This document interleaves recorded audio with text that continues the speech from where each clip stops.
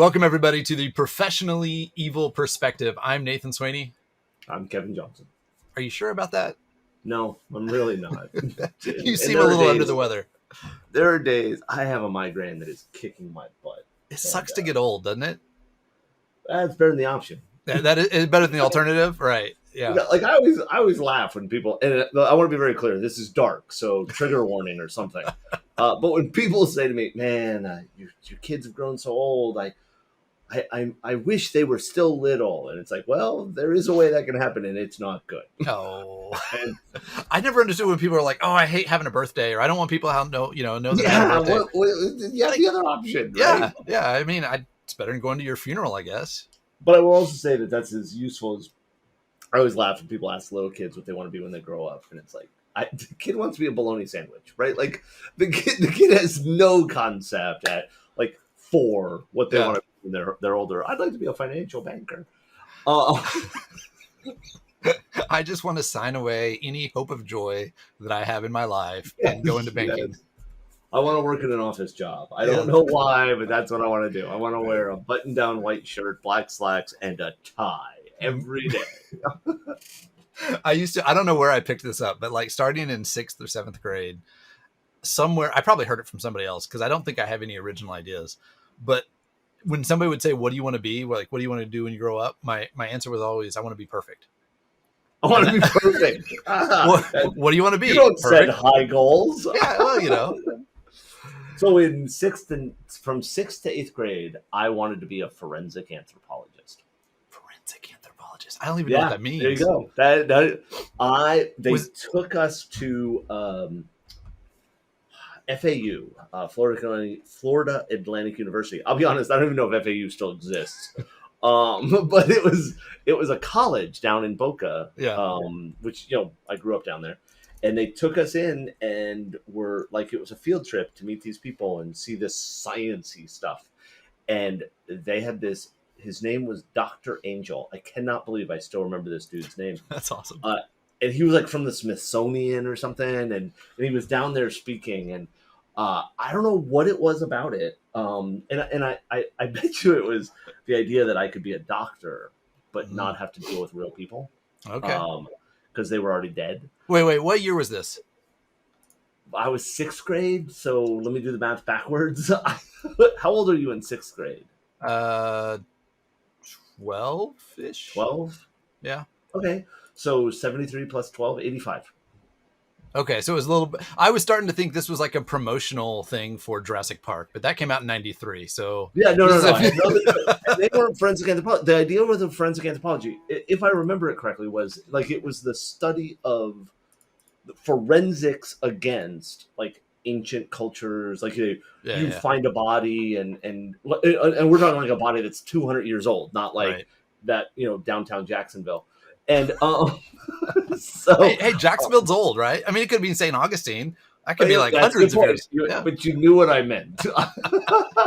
So, but and you would say things like, "Oh, well, this is what their culture was like. They died for this reason," and part of me liked the idea that there was absolutely no pressure, right? Because it wasn't like you had to go to court and prove, right? Like if it wasn't a Quincy thing, and for the people who aren't old enough to know Quincy, that was a TV show about a coroner that solved crimes or something. I don't know. My grandfather watched it. That's awesome. So, I wanted to be a forensic anthropologist. Awesome. I wanted to be an astronaut. I was going to be a fighter pilot, and then I still want to be an astronaut. Yeah, I found out in like 4th grade I had to get glasses, and then in 6th grade I found out that astronauts weren't allowed to have like fighter pilots couldn't wear glasses, and so that moved me into, I think, law is where I was looking at. But anyway, here we are. I can see that. I still want to go to space. I'm really seriously considering that 0G flight thing. You know what? After watching Top Gun Maverick, a little part of me was doing some research to see if they take, like 41-year-old recruits. And then I was thinking about like Space Command, right? Like they might have a little, they don't, the Navy doesn't, right? But Space Command they might have a little more leeway. Maybe I don't know. I don't know. Speaking of military Are you branches, talking? Wait, are you talking about the Netflix show Space Command? oh man, I tried to watch that. I got like 2 episodes in. I tried to force myself through it, and I just couldn't do it. I don't know never if it got watched better. it.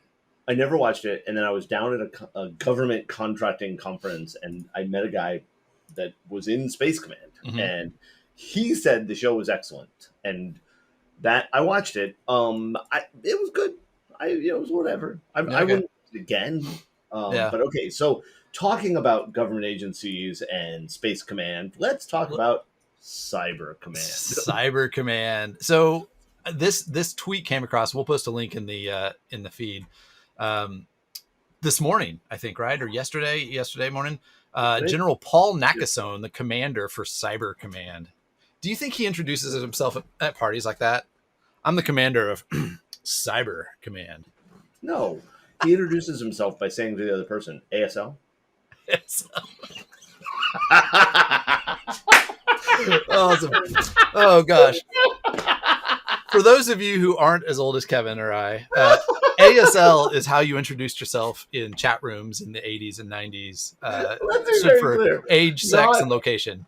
Not all chat rooms did you introduce yourself that way. I don't know. I mean, in my experience, Yahoo, AOL Instant Messenger, some of the was early a very common PBS thing to say. Yeah, how ASL, old are you? Question are you a boy or girl? And what language do you speak? Was what it was. And yeah. And looking back on it, I still don't understand why we cared. It's a way to build camaraderie. Like to this day, the person who got me started in IT stuff and eventually InfoSec was Jad98. Her name was Julie. She was from Alabama, and she was like a year older than me, so she would have been 19 in 1998. Right? Like that's all I really remember about her. She taught me HTML over ICQ. I'm trying to figure out what the D stood for, because it was. I'm sure it was her name, Julie. Alabama. Julie something. No, I'm sure it was her initials. Because I took the Alabama as the middle initial. Oh no, I just remember Julie. Yeah. Because I used NES 11 at the time, which was my initials and my basketball number. Because that's what she did in the 90s. I was Napalm Death. Napalm Death. That was it was a band I liked listening to. That's awesome. And I will admit that for very many bulletin board systems, my password was Sepultura. And which was another band I listened to. I probably shouldn't admit stuff like that, but I will say I do not currently use Sepultura in any way in any of my passwords. So just so you know, napalmdeath.com is available for purchase. Oh, that's good. That's good. My understanding is the band Napalm Death still plays. Like they have napalmdeath.org. So yeah, when they stop playing, they'll be Napalm Died. Napalm died. Wow. All right. So Cyber Command guy. What's this guy's name? George? I can't pronounce it. Paul Nakasone. I'm gonna go with Nakasone. So I had a Hebrew professor in college that told me the most important thing to remember when you're pronouncing something, if you don't know, just say it with confidence, and everybody else will assume you looked it up. You must know it. You must be right. Yeah, exactly right. And with Worcestershire sauce, don't pause. Yeah, just exactly. Pick that one out. So this dude was doing an interview. He spoke at a conference somewhere in Europe. I want to say Estonia. Dude, the man is a general. He is like, and our reference of it, this dude. But he's a general of the Cyber Command. I got no problem with that. Do you think in the Pentagon, when they get together, like in the cafeteria, and all the generals sit around at the lunch table? Order? Well, do they like, the Cyber Command dude comes and sits at the general table, and the rest of them are all like, "There's the Cyber Command guy." I don't know. I do know that they probably would if they were using the Tron uniforms. Oh. That's a good idea. Yeah. We should recommend that. Yeah, the Cyber Command uniform should light up. We're never going to get through this podcast. But yeah, he talked about the fact that we were that we were doing cyber attacks against Russia in support of the Ukraine. Right.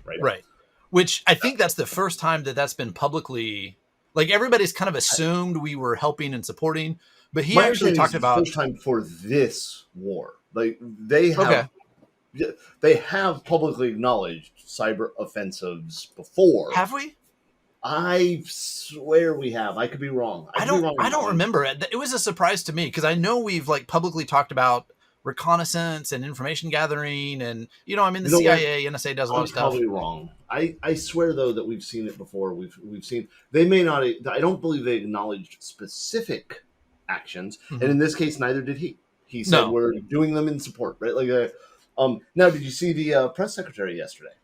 The No. White House press secretary was in a press briefing and was asked. And if you look at it, it's like at the 40-minute mark or something like that, just before the 40-minute mark.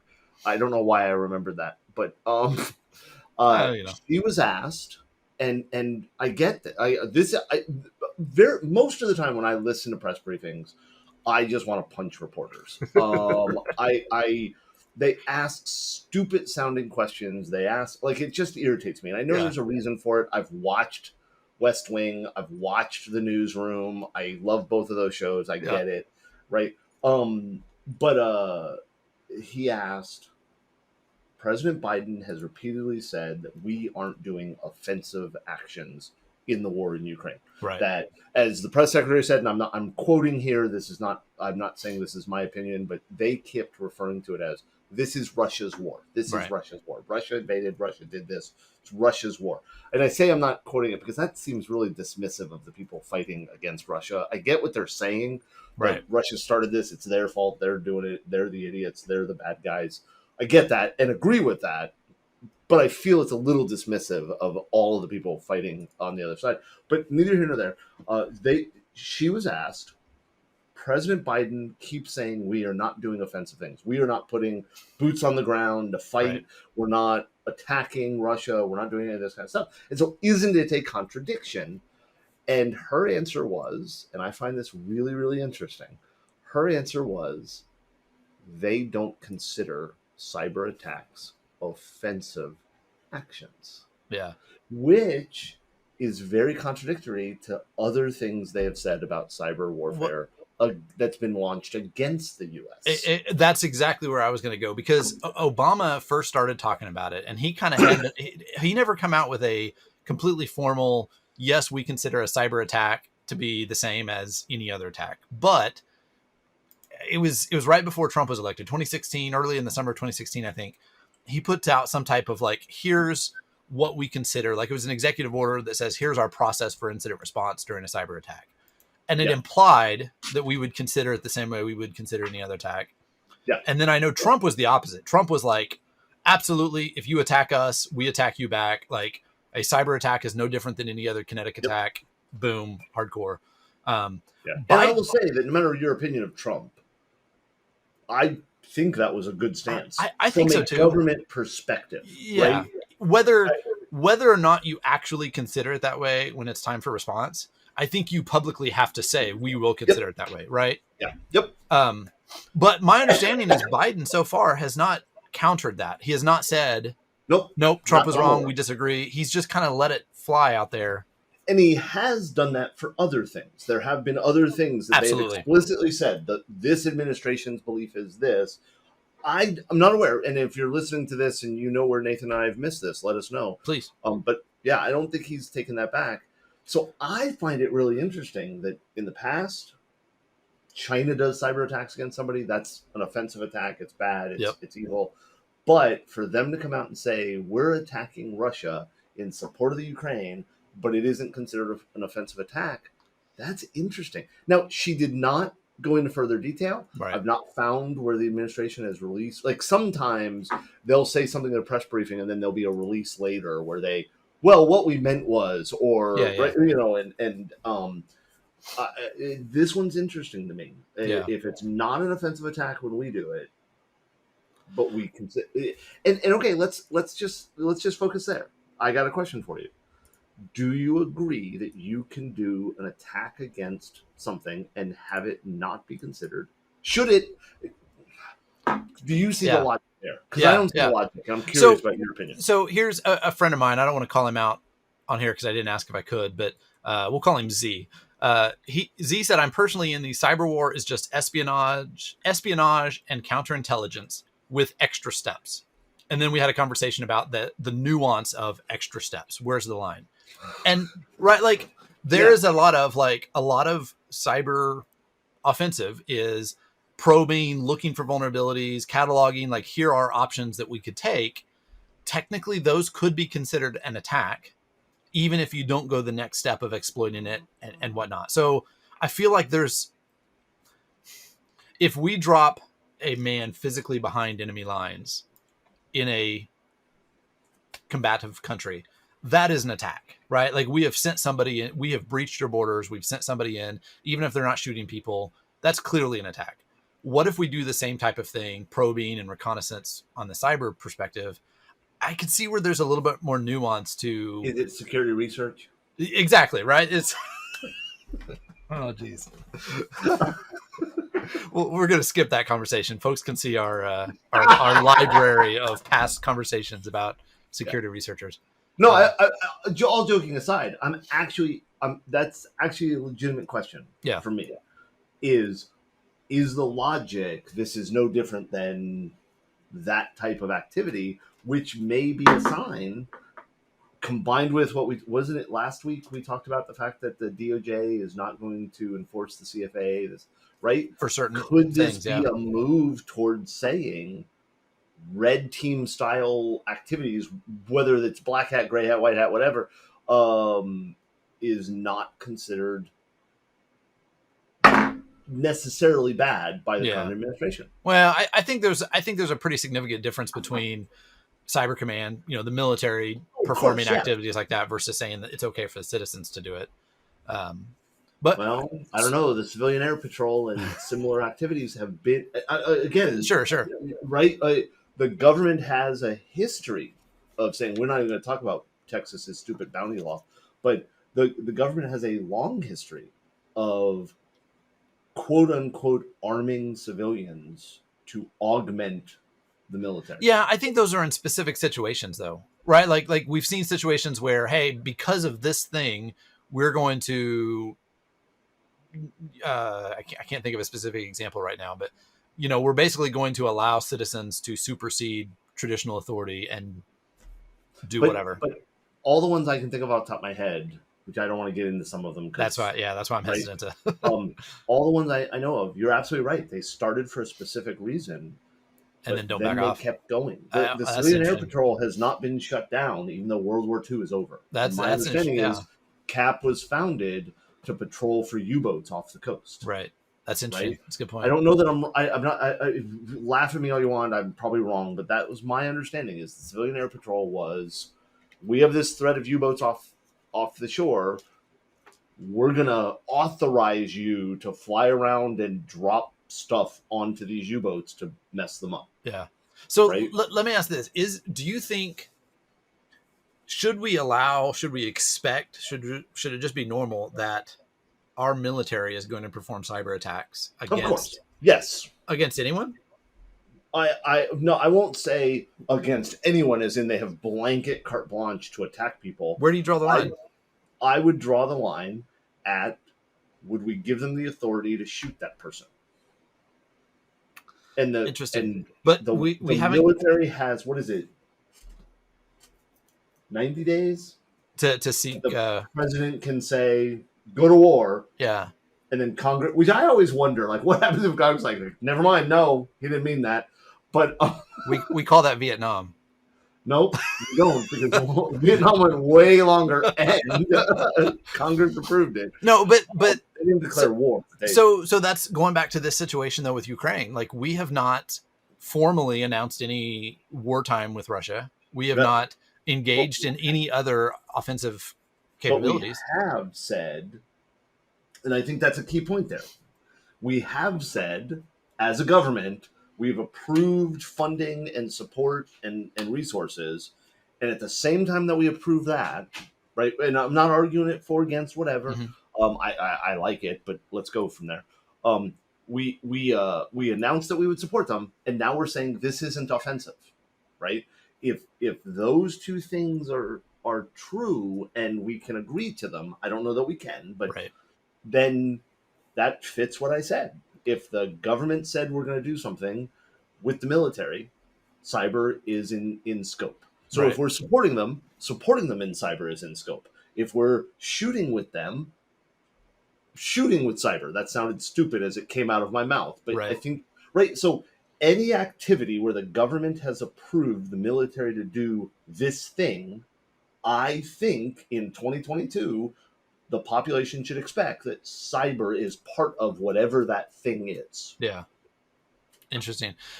So the bottom of this article, I don't remember having scrolled through it before, but they mentioned that Cyber Command had actually sent individuals, the U.S. military specialists, into Ukraine back in December, long before Russia invaded, to start the process of prepping and where did it say, to basically just understand the networks and how things would work and start that process. To me, that's even more interesting. I mean, clearly, I think everybody knew that Russia was going to invade at some point, or at least they should have. But yeah, I don't know. Is it possible to have the same level of oversight of a military cyber command as it is for other branches? Like, we can see where a aircraft carrier goes. We can see where planes are flying to some degree, right? It's possible to have some level of civilian oversight because there's records. Can we have that same level of government oversight of a military branch of the Cyber Command?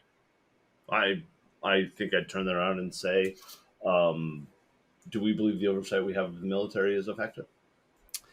I think so. I mean, there's clearly situations where it has gone overboard, where people have gone too far, but we know about that because it's come out, right? Like, Congress, at least to some degree, has committees that oversee and have, the military has to. You just lost me.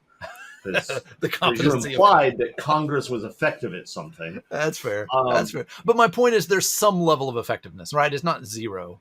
I believe there's some level of effectiveness and oversight in Cyber Command if we're going back to the military doing it. Yeah, we have oversight of what the military does. It's not like we have no. I don't think it's any different in giving a automatic weapon to a 19-year-old kid and putting him in the Ukraine to advise on how things work than putting a 19-year-old kid with a laptop into the Ukraine.